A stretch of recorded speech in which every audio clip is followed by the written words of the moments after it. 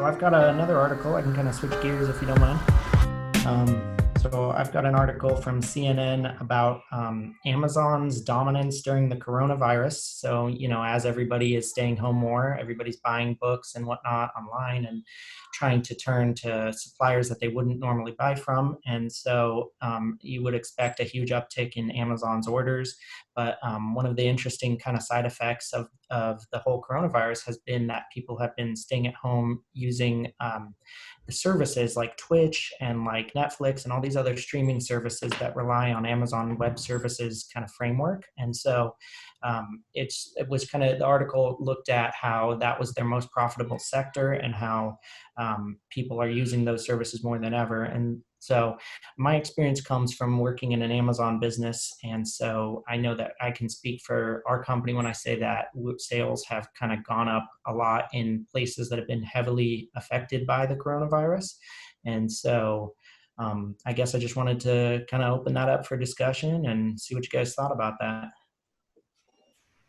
Yeah, I was kind of surprised to learn the bottom line. They mentioned the bottom line of Amazon in there, and it was basically 4 billion with a B revenue projected for this year, and that's an increase of what they had thought they were going to get. And so I was a little bit blown away by that. But I think anybody that's worked around any kind of software companies or online companies or any of that knows that Amazon Web Services leads by a mile in that kind of category. I know that Google and a couple other companies try to compete, but they're very small. I guess the amount of data that they handle or the amount of web traffic that they handle compared to AWS is just minor. So I don't think it was surprising to me when I heard that they were kind of the uptick, not only from online buying, but from the actual web services themselves was so high. Yeah, I have to say I hadn't thought about it in terms of the AWS effect. I mean, I certainly had thought about just myself and my wife and us being at home and thinking about the concept of retail therapy and just with stress and anxiety over the current crisis. I think some people kind of soothe themselves by just buying more stuff, right?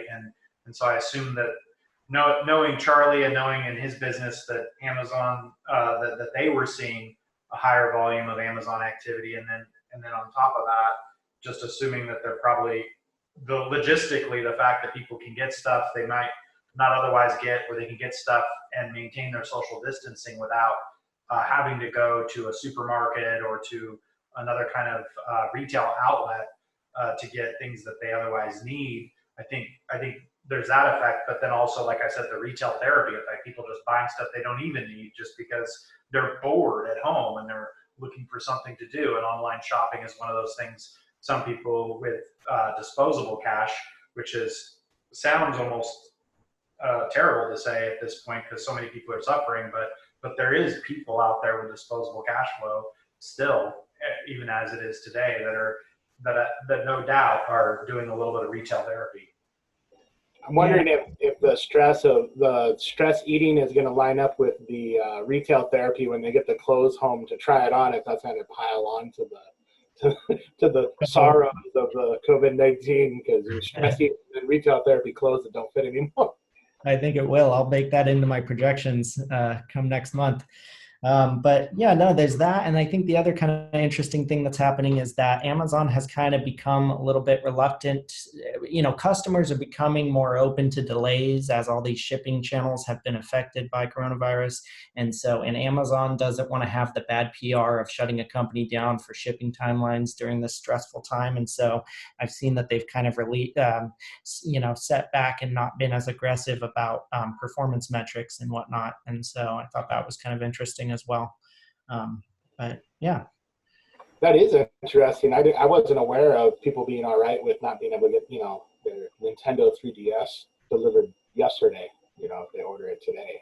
Yeah, I think it's just that people have kind of come to terms with it and they're so desperate. And there's so many, I think when like basic supplies like toilet paper are hard to come by, that it's difficult to get mad about a book being late or about, some disposable income that, that you spend on Amazon taking longer. Seems like now's the time if you're thinking about an online retail business. If you already were an online retailer, then there's probably, opportunity to grow your business. But yeah, if you've had a business idea, I'm sure a lot of entrepreneurs are probably thinking about, well, how can they become online friendly, online retailers that maybe grow and expand new businesses this way? Yeah, I think Powell's recently in Portland. We're from Portland, and so there's a big bookstore here called Powell's. It's very famous, and it has shut down because of the whole coronavirus. But I know that they've been trying to get all of their inventory online, and they've made an extra push to do that as a result of this. I'm not sure if they will ever, if they're going to go that route, or if they're going to, shutter for the foreseeable future. But yeah, there's a big increased interest in trying to in sales channels that still operate because now there's no other choice.